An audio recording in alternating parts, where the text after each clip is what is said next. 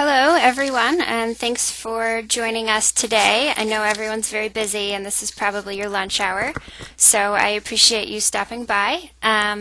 Today we'll be talking about gratitude grants. My name is Mary Morgan. I'm the Senior Associate in the Programs Department here at the Elks National Foundation, and I'll be giving the presentation. We'll keep it to about 30 minutes, and then there'll be time for questions afterwards. So, starting right at the point, the title of this webinar is Get Your Gratitude Grant. So gratitude grants are due May 31st, and as of this morning, our records show that there are more than 600 lodges that qualified for the gratitude grant and haven't applied yet. So we're holding this webinar to make sure that those lodges have all the information they need to fill out their applications so we can send you those grant funds. So let's get started. For anybody who hasn't attended a webinar before, I'll give you a little background on how it works. So I'm sharing my screen right now. We'll go over a slideshow, and if there are any questions afterwards, we can go to the website and I can show you where to find anything or anything like that. So if you can't hear me right now,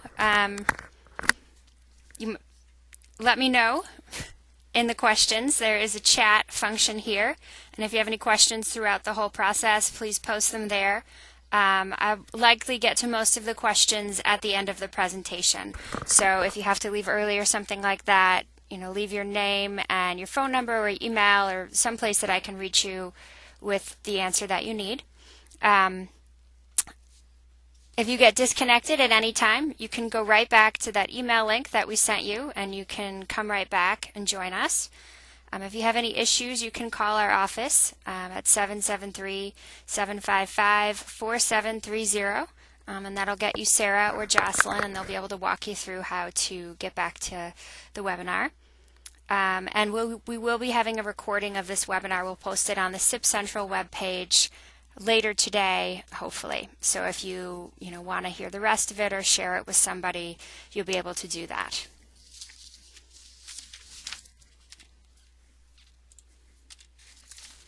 So here is an overview of the Community Investments Program for 2014-15. So the gratitude grants that are online right now are 2014-15 grants, and they're available for use until July 31st of this year, July 31st, 2015. Now that does seem like a very short amount of time, but these grants have been online since July 1st of 2014. And the reason that they have that May date is we know a lot of lodges don't meet the per capita goal until the end of the year, so we extend the application process for a few months to make sure that we can make sure lodges have these grants to serve their community. So this gives a quick rundown of the 4 grants in the Community Investments Program. We have the Impact Grant, which is our largest grant. It's also a very competitive grant. We have the Gratitude Grant, which we'll be focusing on exclusively today. But if you do have questions about other grants, I can take them after the presentation. Beacon grants, which are available to every lodge, and Promise grants. So you may have noticed that in that last rundown that we noted that Promise grants are now worth $2,500. So we're looking forward to 2015-16, and all the grants go online July 1st. And when that happens, Promise grants will be worth $2,500. The reason for this is that there's an increase in the funding for the SIP again in 2015-16. So altogether, there'll be $9.77 million invested in this program, and that's all going to go to lodges in the form of grants. So there's 2 big changes. The Promise grants, as I mentioned, the increase. So all 500 Promise grants will be worth that much this year. And gratitude grants, there's a change with those as well. So every lodge in which more than 15% of its members donated to the ENF in 2014-15 will be eligible for a $500 bonus when it applies for a gratitude grant in 2015-16. So if your lodge had more than 15% of its members donate to the ENF in this past year, in 2015-16, when you go to apply for your gratitude grant, it'll be worth $2,500. So that's very exciting. Last year, records show that more than half of lodges who met the goal had that membership support, so there'll be a lot more funds out there in the community. There is one other increase in grants. It's not a Community Investments Program grant, but next year in 2015-16 there will be 180 Freedom grants available, and those will also go online July 1st. So it's a good time to start planning once you get this year's Gratitude Grant application in. We're continue looking forward to 2015-16. It's a big year for the Community Investments Program. It's our 10th birthday. So this Community Investments Program was launched in July of 2005. We started out giving out a handful of grants, paper applications, a few $100s. It's really grown since then, obviously, and we're really excited about that. So we'll be celebrating that all year with stories, features, reflections, interviews with our volunteers, giveaways, and other celebrations. So we'll be kicking that off with a celebration, a birthday party at the Grand Lodge Convention. So if anybody will be coming to Indy in July, please stop by. We're very excited about that. So on all of our social media pages, Twitter, Facebook, Instagram, we'll be posting a lot about the 10th birthday all throughout the year. But if you have any thoughts you want to share or anything you'd like to tell us about how the Community Investments Program has helped your lodge, we'd love to hear it. And if you are familiar with hashtags, you can use the hashtag SIPTurns10 to help us celebrate that birthday. Okay, but back to the task at hand, which is to apply for a 2014-15 Gratitude Grant. So this slide goes over the grant basics for all of our grants. So they have to be charitable in nature, so geared toward serving the community and helping people in need in your community. And they have to have a strong local focus, meaning regional and state projects don't qualify. We want these grants to be focused on serving your lodge community. We do have a few restrictions. So scholarships, hoop shoot contests, youth awards nights, posters or essay contests, fundraisers, and appreciation dinners don't qualify for grants. And the reason for that is, this SIP is only 10 years old, as we just talked about.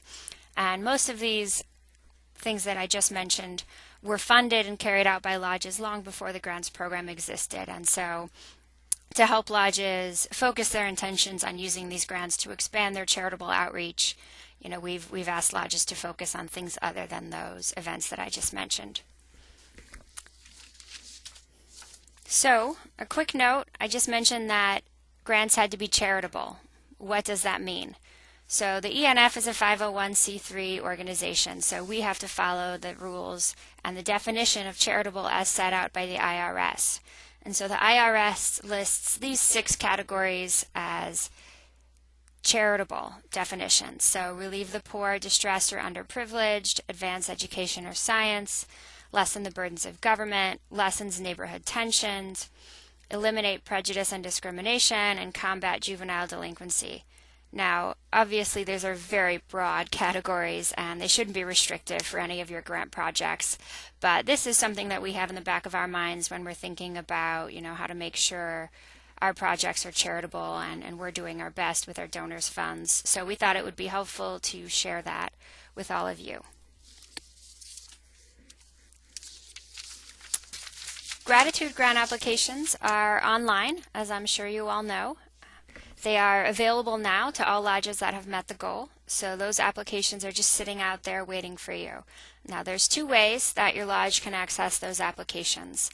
Secretaries, everyone registered as a lodge secretary automatically has access to that application through the CLMS system. And it's pretty easy. We have a screenshot here. So when the secretary signs in, on that main page that you sign into, on the right-hand side, there's a box that says ENF Hotline. And in that box, there is all the links to the grant applications which are currently available. And right now, that's just the Gratitude Grant, so it should be very easy to find. Now, of course, we know that secretaries have a lot to do. So a few years ago, we created the position of Grant Coordinator. Now that position allows someone other than the secretary to fill out the grant applications online. And it doesn't have to be one person. Your lodge can have more than one grant coordinator if it would like. And that person just has to be established as the grant coordinator online. And again, the secretary can do that by signing into CLMS. On that main page, there's a tab that says Staff. If you click on that, there's only about 3 or 4 options, and right in the middle of those options is Appoint a Grant Coordinator. So then you can go through and click on anybody from your lodge and appoint them a grant coordinator, and right at that moment they'll be able to get to our grant applications. And grant applications are available on the bottom of every grant webpage. So if you're at our website, you're looking at the gratitude grant examples and guidelines, scroll down to the bottom of that page, there's a big box that says Ready to Apply. And that's where you access the grant applications. If you have any questions about how to do that, please call our office at any time. We can walk you through the process. We know maybe the first time it might not be that easy to figure out. So the basics of 2014-15 gratitude grants, they are $2,000, and they're available to every lodge that met the goal of $4.60 per member. So the applications become available to lodges as they meet the goal. So if your lodge met the goal early in the year, the gratitude grant application was available to you since then. If you don't meet it until the end of the year, then it probably just recently opened up for you guys. At any point, if you want to check your reports and standings, you can go to our reports and standings page. Quick note that right now, the reports and standings page will list your per capita for 2015-16.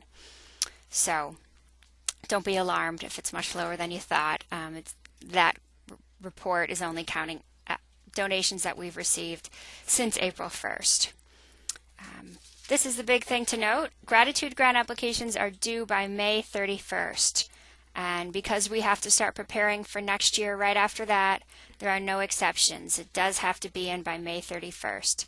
So we strongly recommend that if you are the secretary or you are the grant coordinator, that you start moving now, talk to your lodge, decide on a project sooner rather than later, because if someone happens to be out of town on the 31st or anything like that, there's really no other time for your lodge to apply. So that is a very strict deadline. Unfortunately, we can't be flexible with that at all. And as I mentioned earlier, they have to be used by July 31st. So gratitude grants, we call them our most flexible grants because you can use it for a donation, you can split it up, it can be for youth or for vets or for food projects. Now, just because you can use it for a donation doesn't mean that you should stop there. We very much encourage active projects. And right here we have a very handy chart for you on how to take some common donations and turn them into more active projects. And the reason we talk about this so much is we want lodges to get involved and be engaged with the community. So, if your members feel like that they're actively contributing and helping out with a project, they'll be more likely to stay members, they'll be more likely to help with other projects, and people will be more likely to see everything that your lodge is doing for the community. So we have this chart, and we called it Good for Them on the left-hand side and Better for You on the right-hand side. Now, the reason we titled it that is, as I'm sure many of you know this, if you go to a local nonprofit or a social service organization and you say, I really want to support you, what can I do? Most of the time, that first thing they're going to say is, great, you can give us money. And they'll want to stop there. But what we're asking your lodge to do is think about how you can go beyond that. So how can your grant funds and your support help that organization? And in the long run, that's going to be much better for them to have active support from engaged community members like Elks. So, for example, instead of handing over a check to the food bank, your lodge could sponsor a food drive at the lodge or serve a meal to families in need through the food pantry or at a time of year when people don't have a lot of support. So instead of donating directly to a veterans group, you could also volunteer at a stand down, or you can identify veterans in need in your community and try to reach out to them directly and help them meet their needs. Or, for example, instead of donating supplies to your local fire department, you could partner with the fire department on a project that would help make their jobs easier. So, a safety presentation for kids, or emergency preparedness for the community, smoke detectors for people in need, something like that that would give your lodge an active role and still be able to, help the fire department and the community. So these are just suggestions. We speak to a lot of lodges and we read a lot of grants, so we have a lot of good ideas that we've heard from other lodges. So if you need more examples, you can go to our website or you can call us. So we'll talk about the Gratitude Grant application right now. So the Gratitude Grant application is pretty simple. It's 4 questions and a short budget. So we kick off with the contact information. And we do put a space there for a primary and secondary contact. And we really encourage your lodge to list 2 people on each application. The reason for that is, a lot of times people are out of town right before a deadline, or, somebody's email goes to their junk mail folder, or an email address was mistyped and our response email goes to the wrong address. So, we really want to make sure that there's 2 people on every application so that we can call with any questions and get a response quickly so that we can more quickly get the check out to your lodge. So please list 2 people if at all possible. And then we asked for the meeting date that the grant was discussed at the lodge. This is to ensure that grant projects are discussed with the lodge and the membership has a say in which charitable projects the lodge chooses. Question number 1, pretty simple. Describe your lodge's charitable project or project. So who are you helping and how? It's that simple. And, it can be tempting here to list, all the things that your lodge does for the community, and at most lodges, that's quite a bit. So we ask that you just focus on what you'll be using the grant funds for. So just what the $2,000 that this grant will be used for. 2, describe the project's charitable focus. How did the lodge identify this as an important community need? So, talk about how your lodge found out about it, how it decided about it, and, you could tell us a little bit about your community.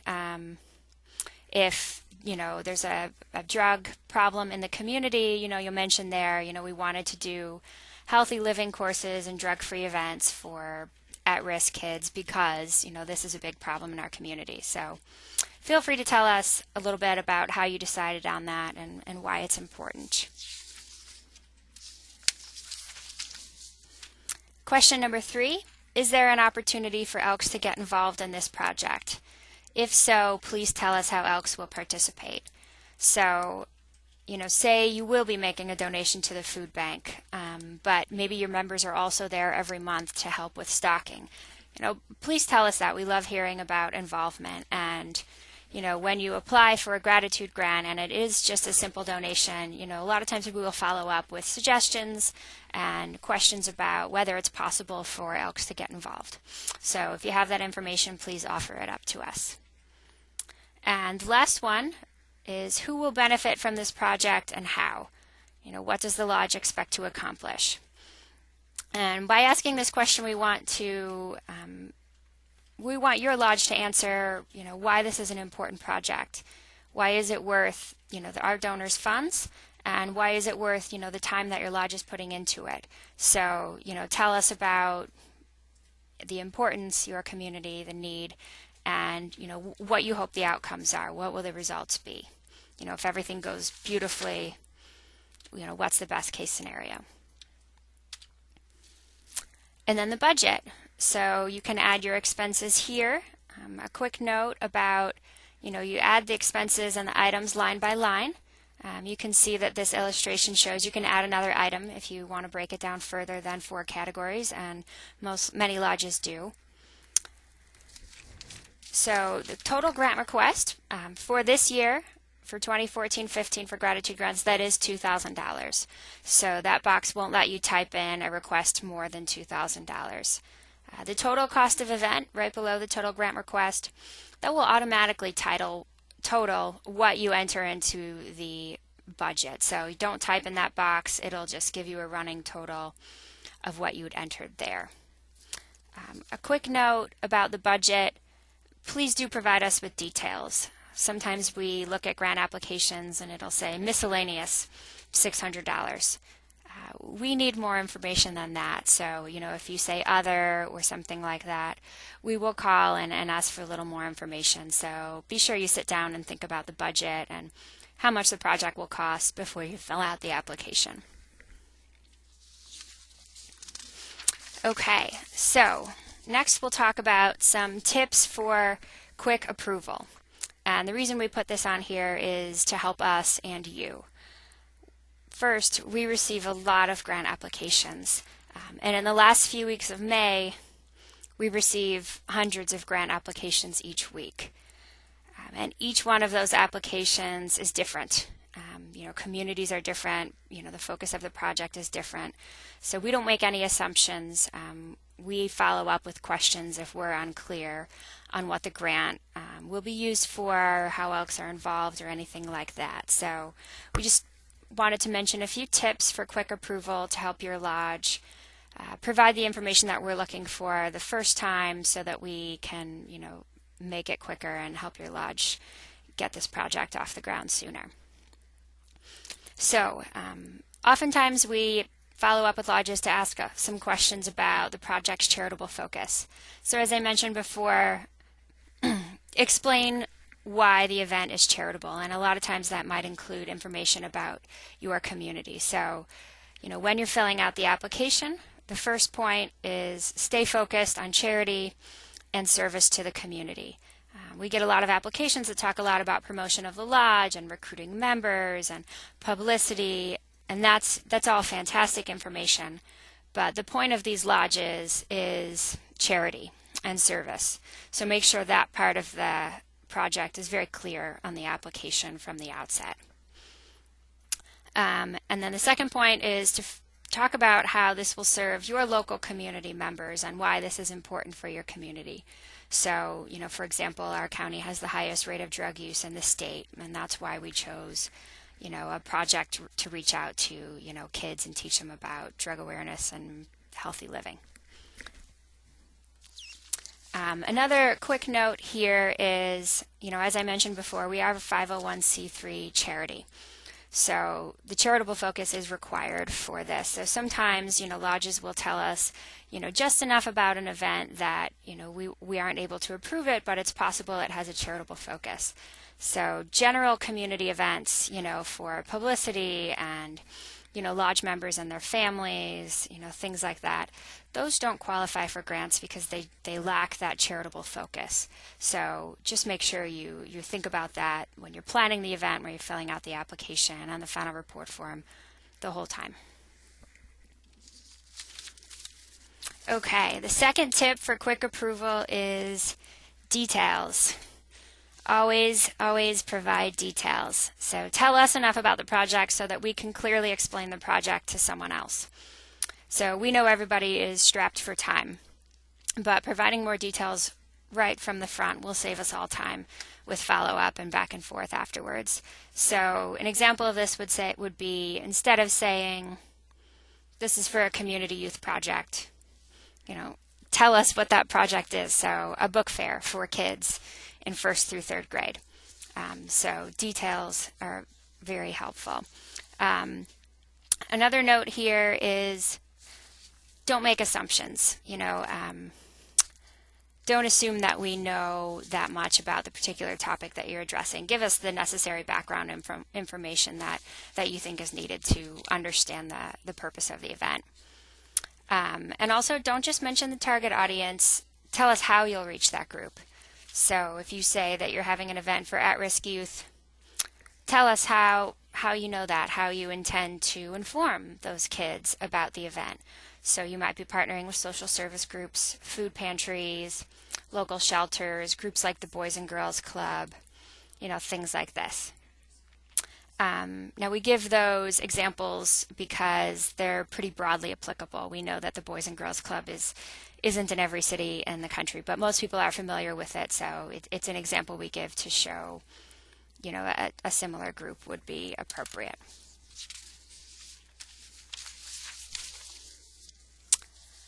Again, tips for quick approval is guidelines. So make sure that you read the application, the intro to the application, and on there we have links to a couple resources. So make sure you read those before you fill out the application to be sure that this project is eligible for a gratitude grant.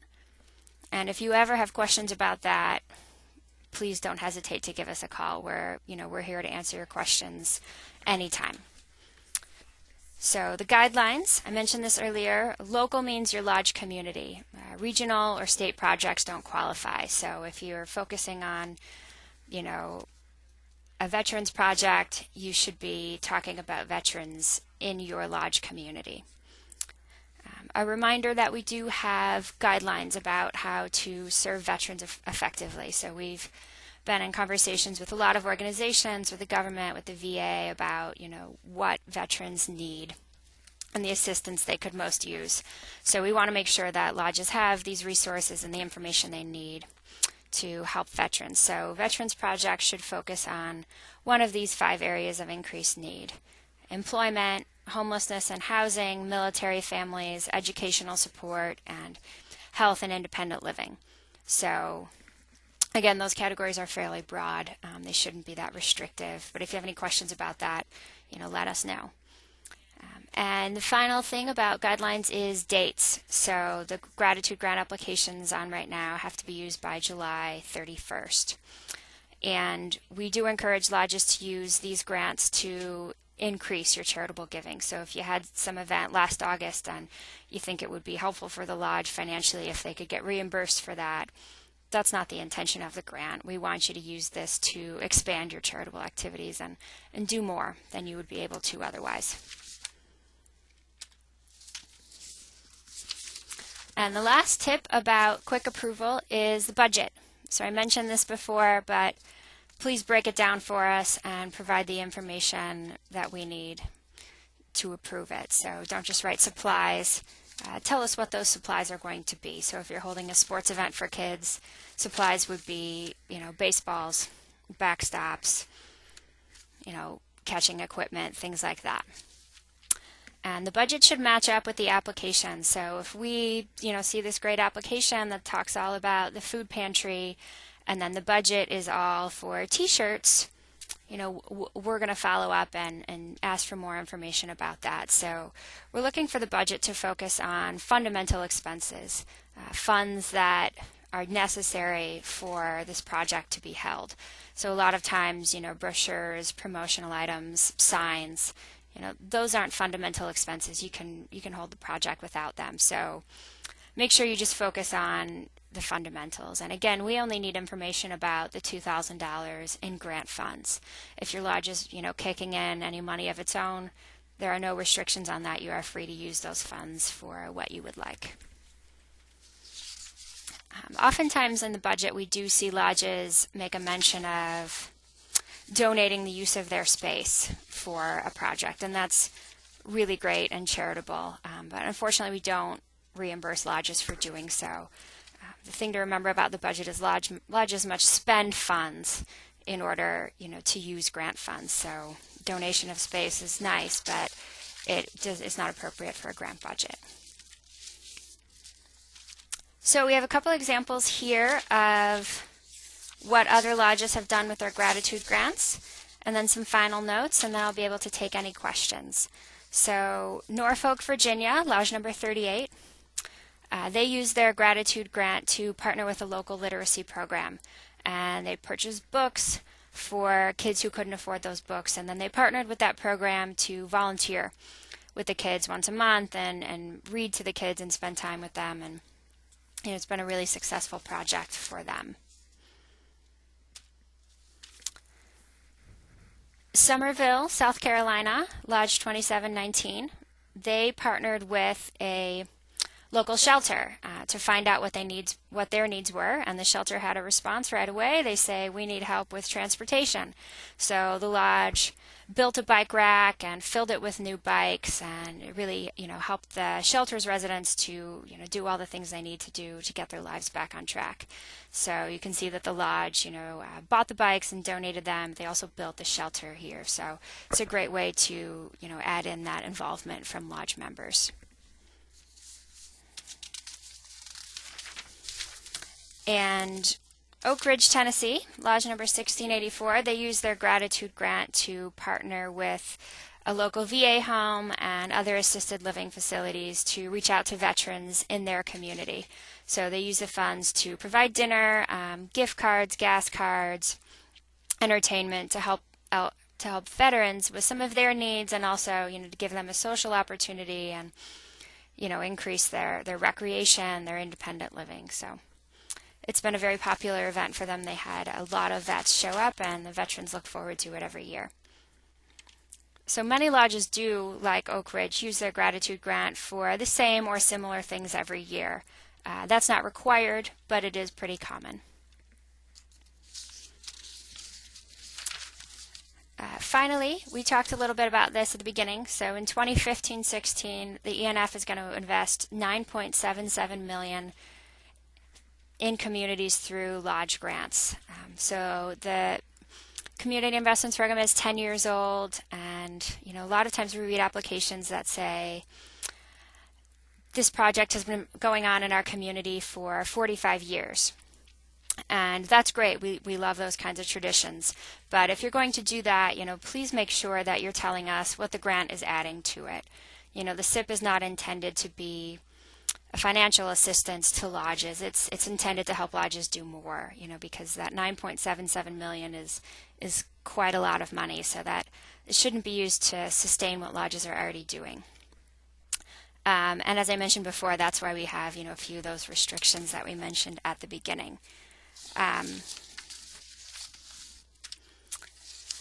One last thing before I take some of the questions down here, publicity and social media. So we know and we hear all the time about, the dozens of things that lodges do in their community to serve the community and people in need. But we want your lodge to do more than that. We want you to spread the word about it. So we have some resources online and tips on how to do so. So before the event, spread the word to the lodge members and to the community. So you want to make sure that anyone who could benefit from that project is aware of it. And you want to make sure that all your lodge members are aware of it so they can come and help out, to volunteer, offer any resources, any support that you might need, and tell their family about it. So spread the word everywhere you can beforehand. When you're at the event, take photos. Sometimes it helps to just find somebody, one person, and assign them to take photos. And if you have a digital camera, they can snap away the whole time. There's no harm in taking as many as you need. We do have a few lodges who've had success with recruiting someone to help with this. So one lodge has one member's daughter is in high school and she's very interested in photography, so they give her a camera at every event and ask her to capture the moment. So think about who at your lodge is good at taking photos and make sure that that's their goal. And the reason we say that is it's a lot easier for us to publicize the project and for you to publicize the project if you have that great photo to catch people's attention. Get feedback on your event. So ask volunteers who participated how they think it went, if it can be improved, if they have any suggestions or positive comments. Talk to the people being served. Find out maybe, if there's a project you can improve or change for next year. Follow up with your project partners, get their feedback, let them know you enjoyed helping out. And write down any good quotes, keep thank you letters. Those are all great for publicity when you're talking about your project. After the event, you can use our news release generator to create a professional sounding news release to send to local newspapers, newsletters, radio stations, anything like that. And we do have that resource on our SIP Central page. We also have tips on how to spread the word, on how to take good photos, on how to get publicity, and how to use social media. such as your lodge's Facebook page, to reach people that might not otherwise hear about the event. So please visit that page at any time. If you have trouble finding it, it's right on the main page of the Community Investments Program. So where we have all of our grant links, we have a SIP Central page with information on how we can help you guys, get these projects off the ground, because we know you have a lot to do. So that is it. If you have any more help, as I mentioned, contact us anytime. This is our email address, enfprograms@elks.org. This is our direct phone number. We're here to help. We want to make sure this is as easy as possible.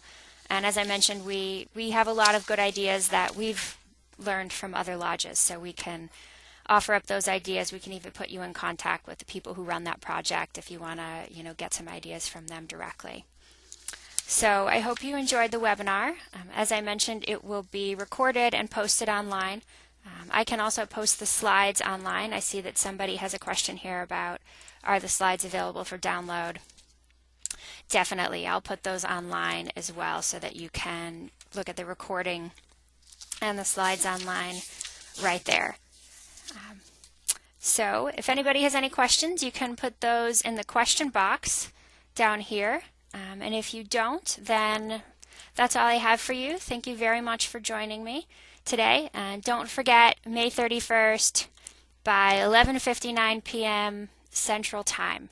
So call us with any questions. We want to make sure that you guys have everything you need to get those applications in.